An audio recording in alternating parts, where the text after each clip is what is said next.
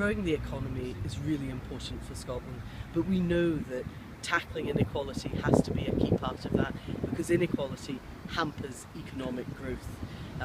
One key element of that is education.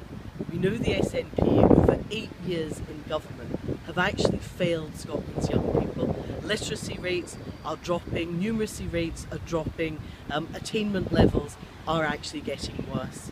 We can't grow a successful economy unless we address the underlying problems with our education system.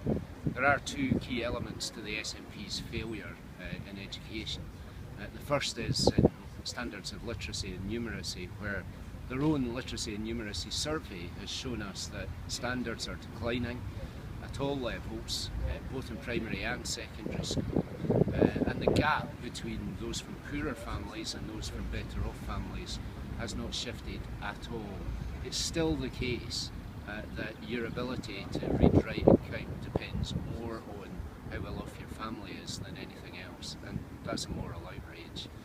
But we've also seen the new national exams being sat for the first time last year, and statistics that we've published from an academic researcher show that not only have pupils in our schools sat less exams, sat fewer exams, but they have failed more of them as well. Pass rates have fallen. And that will now pass through into the important higher exams, because those who failed in fourth year will not have the same choice of how many hires they can do in fifth year. So this is a problem that we still haven't seen the worst of yet, and yet the reaction of the SNP government is simply to try and deny and trash the statistics. They really need to get a grip and do something about the problem in our schools. Do you know, the SNP's 8-year record in education is frankly a national scandal. It's letting down our young people, but equally importantly, it's letting down the economy.